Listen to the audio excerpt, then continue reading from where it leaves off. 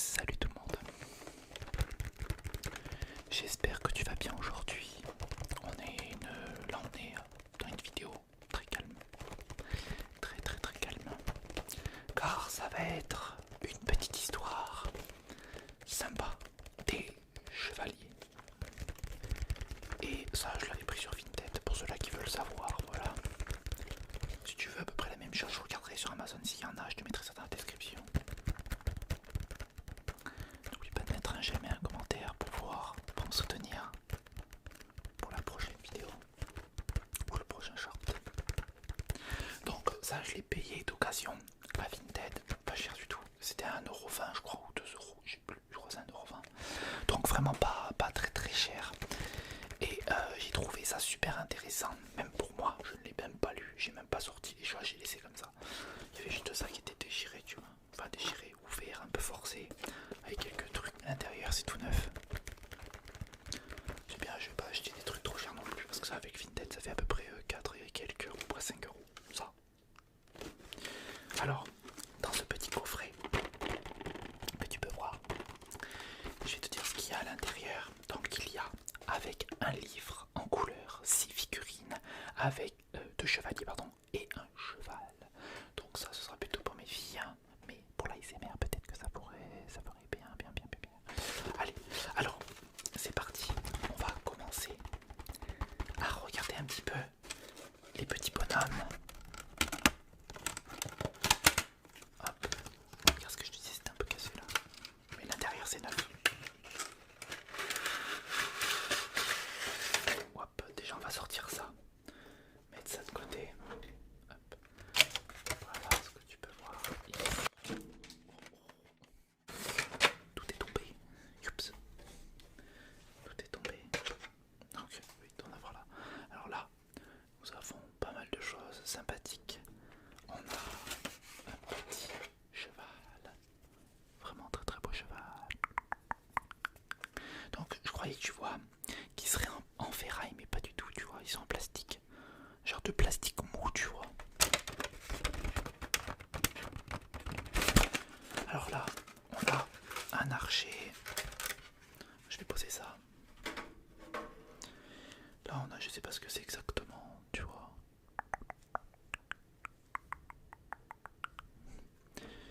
Là, on a un mec, ça doit être un, je sais pas, chevalier. Ça doit être ça.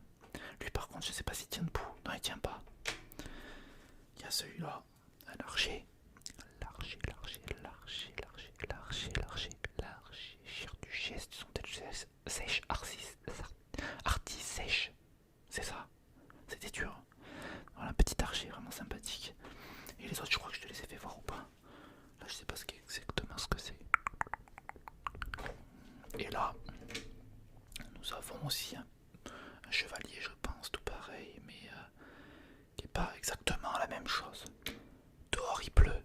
On l'entend d'ici, il y a de l'orage, donc tu peux peut-être entendre un peu d'orage, peut-être ça peut te relaxer, même si les bruits sont quand même pas mal camouflés avec le Blue Yeti. Je vais avoir un Blue Yeti bientôt.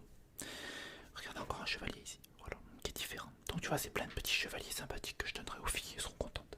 Donc, nous, on va passer au plus important pour toi, la lecture, mais pas que.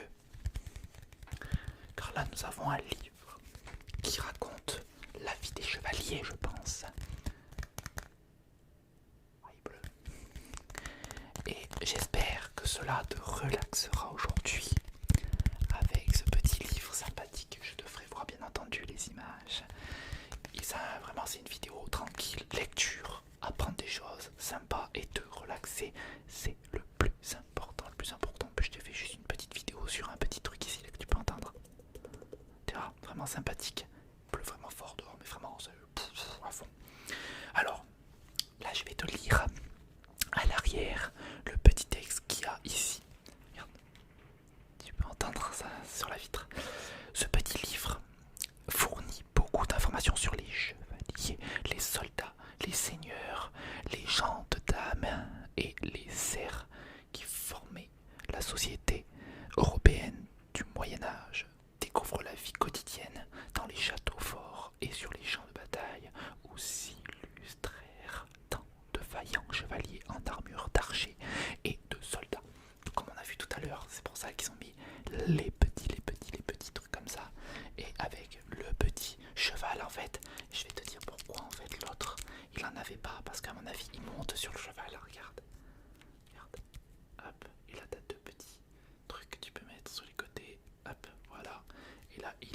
dessus, tu vois.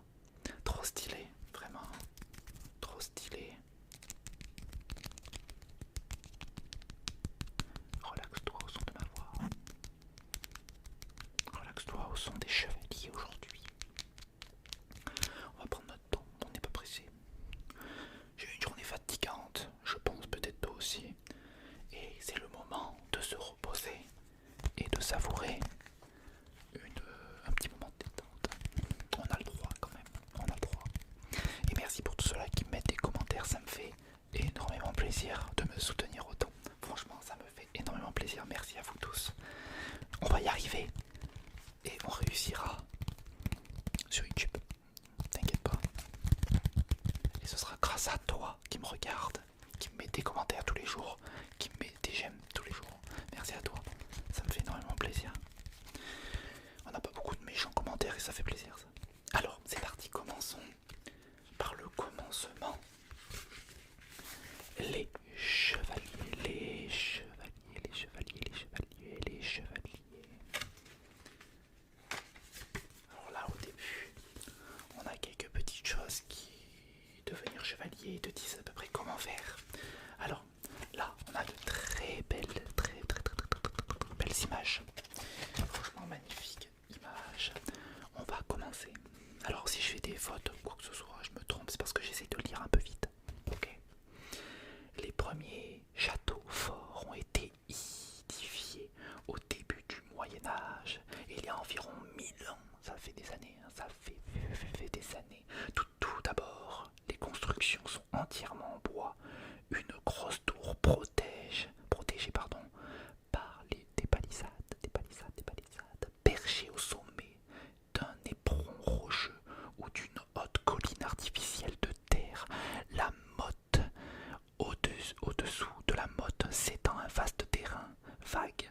Le château est souvent entouré d'une fosse remplie d'eau appelée douve, dont la terre de remblai va constituer la motte. Comme tu peux voir ici, tu as le château. Comme tu peux voir, il est entouré de grands, tu vois, de grands trucs. Et autour, il y a de l'eau dans les douves. Là où ils mettent de l'eau dégueu, tu vois, autour des châteaux. Tout le monde le sait à ce moment-là. J'avais fait aussi une petite vidéo vlog sur un château qui était pas ouf, mais tu peux quand même aller le voir parce que elle est vachement intéressante, la vidéo. Je promenais avec ma famille en vacances là-bas et j'ai voulu quand même aller voir, donc je te conseille d'aller voir quand même la vidéo. Je te la mettrai à la fin de la vidéo ou là dans la description ou peut-être en fiche. Je verrai si je te mets une fiche ici, d'accord? Mais vas-y, pas maintenant, attends un petit peu, d'accord? Allez, continuons, on va continuer ici, ceci. Alors il y a marqué les Normands attaquent. On voit ici une scène de la bataille d'Hastings qui a eu lieu en 1066. Les Anglais ont été battus par les Normands venus de France. Les vainqueurs ont marqué leur conquête en construisant des châteaux forts à travers toute l'Angleterre où l'on peut encore en voir beaucoup. Il faut savoir en plus qu'on est le premier pays à avoir remporté plus de guerres dans toutes les époques. On a vraiment remporté énormément de guerres. La France avec Napoléon, tout ça, tous ces trucs-là. Alors, il y a marqué vrai ou faux. Un château sur motte peut être construit en quelques semaines. C'est vrai ou faux? C'est vrai. Sa construction est plus rapide et il coûte moins cher qu'un château en pierre. Donc en une semaine, ils peuvent construire un château entier. Je pense pas que ça doit être un énorme château, mais c'est quand même beau. Tu vois, là, à cette époque-là, tu construis des trucs en bois, ça va prendre des années, tu vois. Ou peut-être ça peut prendre, tu vois, 3 mois ou 4 mois pour faire quelque chose de bien. Mais avant, à l'époque, ils étaient quand même très forts. Alors, continuons. Alors là, regarde, tu peux voir là, on dirait un roi avec ses empereurs, tout ça. Allez, le Moyen-Âge a duré 1000 ans, ça fait beaucoup, hein, environ. Et la grande époque des châteaux forts, environ 50 ans. Pendant tout ce temps, l'Europe est divisée en de nombreux royaumes, dont les trois se font la guerre pour conquérir des terres et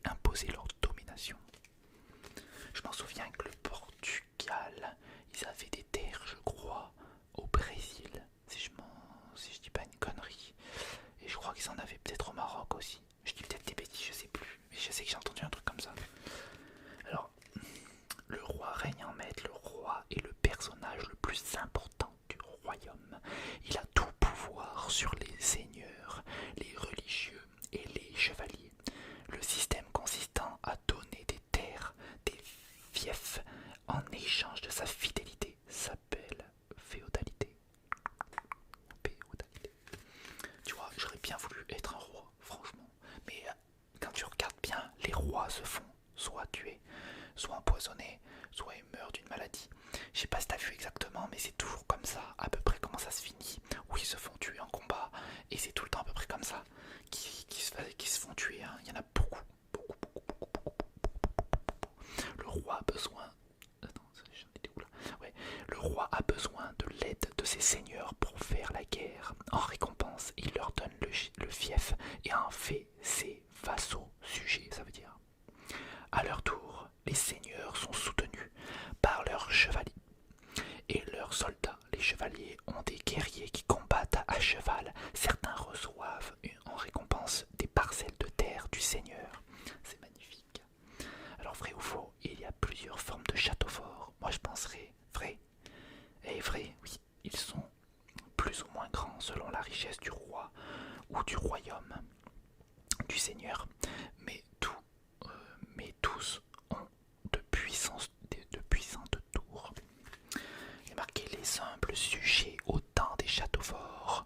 Les personnages les plus importants sont les paysans qui travaillent la terre. Certains sont libres, d'autres appelés serfs. Alors, si je dis serfs, si je me trompe, excusez-moi. Ne peuvent pas quitter la terre de leur seigneur qui en échange les protège. En temps de guerre, hommes libres et serfs doivent se battre dans son armée. En fait, c'est vrai que ça on le voit dans Camelot. Je sais pas si tu t'en souviens, dans Camelot, il y a le roi Arthur qui protège tous ces paysans qui sont toujours en train de gueuler. Et c'est trop marrant parce que c'est un peu la même chose en fait. Donc j'ai l'impression que Alexandre Astier a vachement lu, tu vois, c'est le roi Arthur Alexandre Astier dans Camelot. Et je trouve qu'il a vachement, tu vois, lu vachement de livres pour vraiment s'imprégner de tout ça, tu vois. Et c'est super intéressant. C'est vraiment bon lui. En plus il est dans ma région, il habite juste à côté, un peu loin. Je lui ai dit bonjour la dernière fois là. Il est très gentil. Alors ça on a fini, donc tu vois c'était bien ça. Avec les terres, tout ça. Je vais voir plus près. Regarde, magnifique. Magnifique. Alors on passe au prochain. Donc on va voir. Alors les constructions en pierre sont plus solides que celles en bois et l'ennemi a plus de mal à les incendier. Ah c'est sûr, hein, c'est de la pierre. Les châteaux forts en pierre remplacent donc peu à peu les châteaux en bois vers le milieu je pense que ça doit être du XVIIe siècle, mais je suis pas sûr parce que je connais pas trop. C'est un X, un I, un I. Faut regarder sur internet. On élève les hautes tours de pierre carrée ou rectangulaires appelées les donjons. Oh, c'est pas mal, donjons et dragons. Hein, c'est Big Bang Theory. Parfois, le donjon est entouré d'un mur de pierre et d'un large fossé rempli d'eau, difficile à franchir, comme on disait. Et là, il montre tout, tu vois, le logis du seigneur, toilette, grande salle. Il donne. Donc voilà, il te marque tout, tu vois. Incroyable mais vrai, l'escalier à vie est construit de telle sorte que le défenseur du donjon descend avec le bras droit libre pour brandir son épée, au contraire de l'attaquant qui doit s'éloigner du royaume central. Qui doit s'éloigner. Ouais, c'est comme ça c'est écrit. Donc tu vois, là ils vont bien voir. Tu vois, l'autre il descend et l'autre il est bloqué par la tour ici. Donc c'est lui qui peut le tuer avant. Voilà, magnifique. Tu vois, on apprend beaucoup de choses et on apprend ensemble aujourd'hui. Et il y a plein de choses. Il y a plein de choses qui peuvent vraiment être intéressantes pour toi.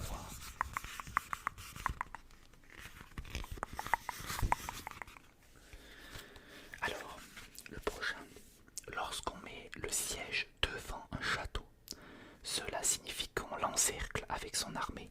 Il y a deux façons de capturer ceux qui sont à l'intérieur. Attendre que les assiégés aient si soif et si faim qu'ils sortent du château et se rendent ou percer les murs pour entrer en force. C'est vrai que ça c'est souvent, ils se mettaient autour du château, ils s'attendaient et puis ils ressortaient, ou sinon ils sortaient pas et puis ils mouraient tous à l'intérieur. C'est pour ça qu'il fallait avoir pas mal de provisions. Même moi, ce que j'aurais fait, c'est même des plantaisons à l'intérieur du château. Ça aurait été encore mieux et très intelligent. Je pense qu'il y a certains rois qui l'ont fait. Mais je suis pas sûr. Alors, incroyable mais vrai,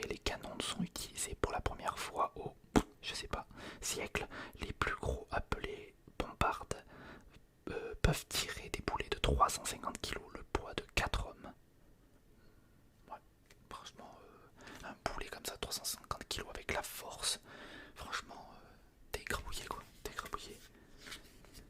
Creuser sous les murs, les assaillants essaient aussi de creuser des tunnels sous les murs d'enceinte.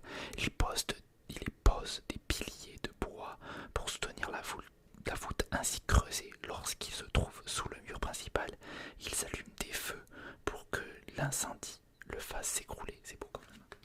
Tu vois, il y a vachement de trucs sympathiques. Tu vois, regarde. Tu vois, ils mettent des poteaux en dessous. Ils creusent, ils vont en dessous du mur et tout s'écroule. Ouais, mais tu vois, ils avaient quand même pas mal d'idées avant. Hein. Vraiment pas mal d'idées. Alors là, on a ça. Alors, les ennemis arrivent. Les premières choses à faire pour se mettre à l'abri sont d'abaisser la herse, la grille, entre guillemets, c'est la grille, la herse, qui ferme l'entrée du château, et de relever le pont-levis, ce qui empêche les attaquants de franchir le fossé. Puis, les charpentiers se hâtent de construire des palissages de bois autour des murs et des tours du château pour le protéger. Ces palissades dépassent les murs, ce qui permet de jeter toutes sortes de projectiles sur l'ennemi. Et ça c'est pas mal, tu vois. En plus ça fait des grandes échelles, comme tu peux voir, des très grandes échelles pour monter jusqu'en haut. Et il y avait des meurtrières, des herses, le pont-levis comme tu peux voir. Et là il marque vrai ou faux, la herse est en fer très solide. Je crois qu'elle devait être très solide à mon avis. Faux, elle est en bois et recouverte de plaques de fer. Bon, tu vois, j'ai eu tort. Les murs extérieurs d'un château sont percés de meurtrières longues et étroites. Elles laissent passer la lumière et permettent aux archers de tirer sur les attaquants tout en étant protégés. Ouais, tu vois, c'est des genres de trucs comme ça, des petites tours. Mais va voir la vidéo que je t'ai fait du château, c'est pratiquement la même chose. Juste après celle-là, vraiment, si t'es pas fatigué, que t'es encore bien réveillé, tu vois, bah va la voir. Elle est énorme.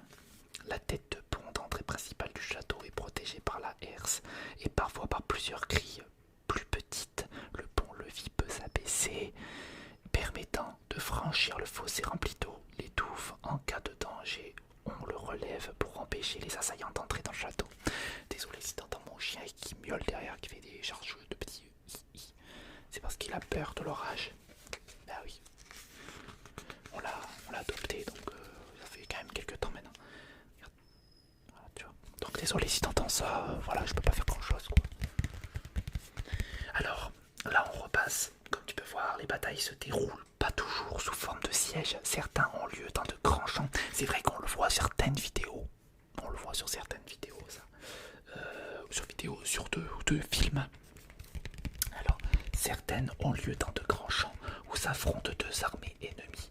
Les chevaliers combattent à cheval, pointant leurs longues lances contre leurs ennemis, passés à un bras en écu-bouclier, les protéger des coups. Ils possèdent également une autre arme, la masse d'armes, composée d'une manche solide, terminée par une boule de métal en facette, mais l'armée préférée du chevalier est son épée. Donc là c'est pour ça qu'on a tous ces petits soldats là avec son petit boulet comme tu peux voir, et il préférait plutôt son épée. C'est vrai que c'est plus pratique une épée qu'un boulet. Donc voilà le style d'armure au fil des ans. Les armures changent tout comme les châteaux. Les premiers chevaliers portent des cottes de mailles, une sorte de tricot protecteur en fil métallique, un homme casque, un homme ça veut dire un casque, et des gantelets aux mains vers je sais pas combien de siècles. Le chevalier est revêtu de la tête aux pieds d'une armure en métal très solide. Tu vois, ils sont passés d'un tissu simple, regarde, un tissu simple avec un bouclier, une lance, avec un petit peu plus de ferraille, du tissu, une protection, et là complètement la protection entière en fer. Et ils ont raison. Alors vrai ou faux, l'armure est si lourde qu'il faut une grue au chevalier pour monter à cheval. Bon, il pouvait le faire, sinon tu peux pas bouger. Faux, l'armure est lourde, mais le chevalier est très fort. Ils peuvent se mettre en selle seul ou à l'aide de son écuyer. Tu sais que, franchement, à l'époque, ils étaient très costauds. Pas comme nous, là, où on se la glande pas mal, tu vois, tranquille en train de regarder de l'ASMR. Tu voyais un chevalier à côté de l'ASMR, s'il te plaît? Non, avant, c'était vraiment des vrais, tu vois, des bonhommes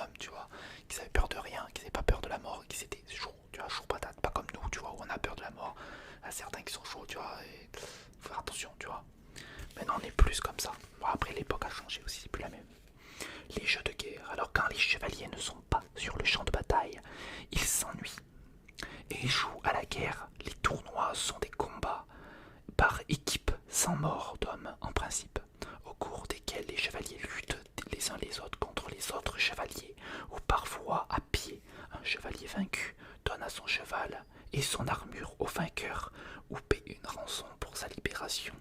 Les combats singuliers un contre un appelés joutes sont introduits au je sais pas combien de siècles. Dans une joute de chevaliers sur leur pâle froid cheval. Dans ces chevals ornés, chargent leur adversaire et tentent de le faire tomber avec leurs lances. Ils sont séparés par une barrière en bois. Tu sais, à l'ancienne, comme ça, on en voit des fois un petit peu en Espagne ou en Italie, peut-être en avoir aussi, s'ils font vraiment des reconstitutions, tout ça. Alors, incroyable mais vrai, les chevaliers s'entraînent au jouer en changeant de cible appelée quintaine. Un mannequin qui frappe par la lance tourne très vite, car aux maladroits, ils peuvent recevoir un coup de quintaine sur la tête. C'est ça. Donc, c'est ceci. Tu vois, il peut s'en prendre une seule en plein la tête. Ah, c'est sûr que ça doit pas donner, ça doit pas être facile. Hein.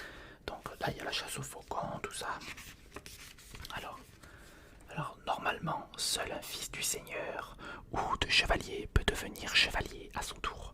Son instruction débute vers l'âge de 7 ans. Il n'y a pas d'école spéciale pour cela. Le garçon est envoyé à la cour d'un seigneur ami où il devient page ou page, je ne sais pas comment ça se dit. Il est dans la disposition du seigneur et de sa femme. Les sert à table, apprend les bonnes manières et les devoirs d'un chevalier. C'est magnifique, incroyable mais vrai. La bonne conduite et les principes d'un chevalier constituent la chevalerie. Se montre courtois, surtout avec les dames honnêtes et loyales envers son seigneur brave au combat et l'idéal de tout chevalier.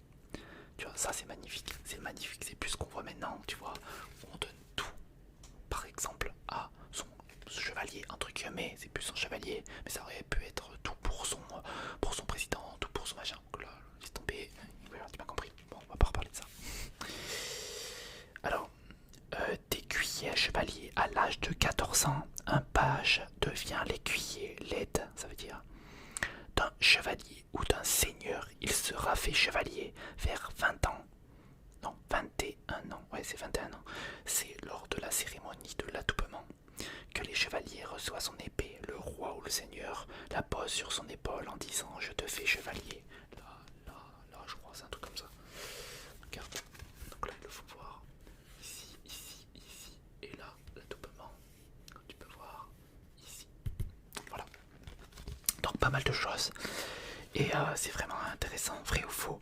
Les écuyers vont au combat avec leur maître. Non. Si, bah si, vrai. Un écuyer très brave et parfois fait chevalier sur le champ de bataille. C'est magnifique, hein, quand même. Donc tu vois, tu peux être chevalier. Eh bien, je te nomme chevalier. Toi, oui, toi, qui regarde cette vidéo, car tu es un boss. Tu es le chevalier ici. Alors, la vie au château n'est pas faite que de guerre et de bataille. La vie de tous les jours se déroule dans la grande salle où les maisonnés se rassemblent pour prendre les repas, faire des fêtes et des banquets. Et le seigneur administre ses affaires et règle la vie du château et des terres. Au temps des premiers châteaux, les serviteurs y dorment, mais pas les maîtres, couchés sur les matelas de paille. Et oui, ils dormaient sur des matelas de paille avant. Alors, incroyable mais vrai, certains seigneurs ont un bouffon. Pour les distraire, le bouffon fait le clown, raconte des histoires drôles, se moque de tout le monde sans être puni. Même s'il est impertinent, il porte souvent un chapeau de grelot, comme celui-là. Voilà, il mange tout à sa table. C'est magnifique, magnifique. Alors, il reste encore quelques pages.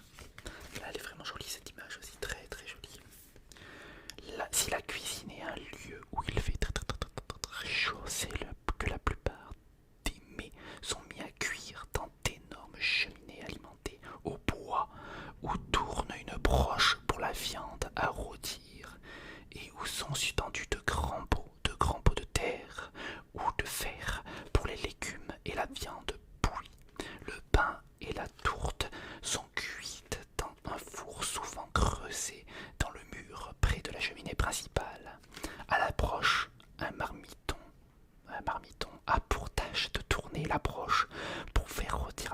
viande, il s'abrite parfois de la chaleur derrière un écran. Le chef cuisinier est toujours un homme de règne, en maître dans sa cuisine. Donc c'est lui le patron, vrai ou faux? Plats et assiettes sont lavés au savon. Faux. Je sais pas s'il y avait du savon avant. Faux. Ils sont frottés au sable avec des herbes appelées saponaires. Tu vois, on peut apprendre plein de choses. Et c'est pour ça que je trouve ça super intéressant un livre comme ça. Toi-même tu en apprends. Car tu sais très bien de ce que tu apprends là, tu le sauras plus tard. Car quand tu vas dormir et te reposer, tout ce que je viens de te dire, tu le retiendras. Alors, le logis du Seigneur et de sa famille se compose d'une grande salle qui est bien plus qu'une simple chambre à coucher. L'épouse du Seigneur, la châtelaine, y passe beaucoup de son temps. Elle y accueille ses visiteurs et donne ses ordres à son intendant qui s'occupe de la bonne marche du château avec ses dames de compagnie et ses enfants. Elle brode, fait de la musique et joue aux échecs. Elle faisait pas grand chose. C'est ce qu'il y a de moi, je trouve. Incroyable mais vrai, en dehors de la châtelaine et de ses suivantes, peu de femmes vivent au château. La plupart des travaux sont exécutés par des hommes. Les femmes, elles, se réservent la lessive. Tu vois, vraiment à l'ancienne, quoi. Les toilettes sont appelées garde-robe. C'est une chaise percée installée dans l'épaisseur d'un mur. Elle est vidée dans les douves ou une fosse d'essence. Un serviteur a pour tâche de nettoyer ces endroits malodorants. Magnifique, magnifique, magnifique. Donc là on a la petite photo. Alors, au long des 50 ans qu'a duré l'époque des châteaux forts, les modes ont sans cesse changé, mais moins vite qu'aujourd'hui. Et les hommes et les femmes portent des tuniques de dessous et une tunique de dessus à la ceinture. Les vêtements des femmes sont toujours très longs, ceux des hommes plus courts. Peu à peu, les habits des riches moulent le corps de plus près avec des formes et des accessoires très recherchés. Donc c'est magnifique, magnifique, tu vois. Il y a l'orage dehors, j'espère que ça te fait pas peur. Il fait chaud un peu ici. Alors là, voilà la photo. Alors, la région joue un rôle très important au temps des chevaliers. Au château, le prêtre ou le chapelain fait partie de l'entourage des seigneurs. Beaucoup ont une chapelle privée près de leur chambre. Souvent, de plus vastes chapelles est construite dans la cour et tous les habitants du château, les serviteurs y compris, s'y rassemblent pour les services religieux. C'est pas mal, tu voyais beaucoup de trucs religieux avant à l'ancienne, ce qu'il n'y a plus trop aujourd'hui. Incroyable mais vrai, les chevaliers doivent aimer Dieu et être prêts à mourir pour leur foi.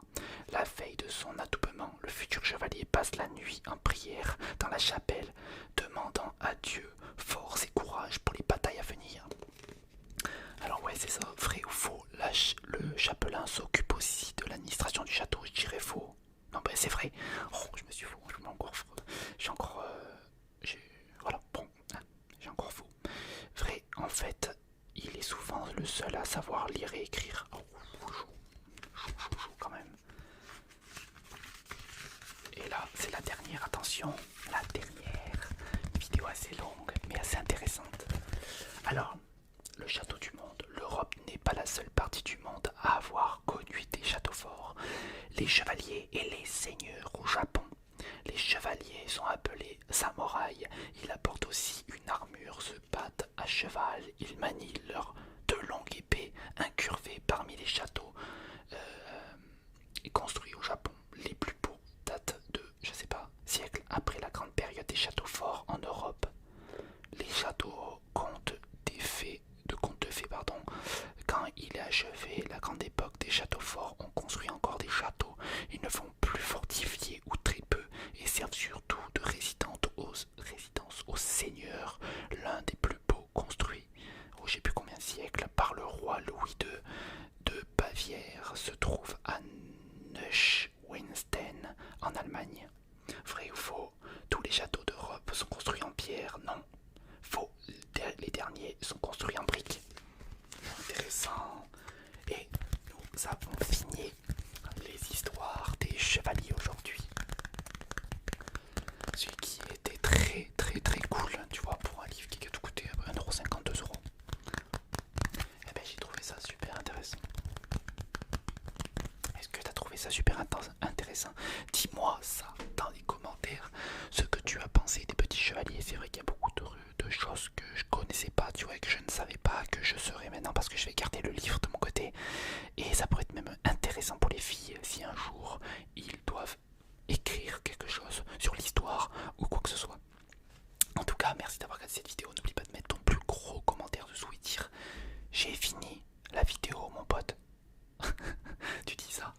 Et là tu es un boss mon gars, tu es un boss où les filles, vous êtes des boss.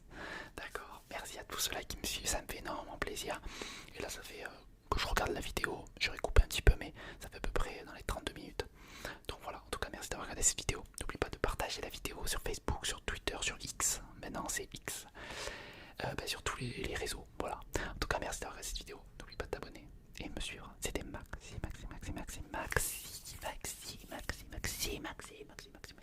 ASMR.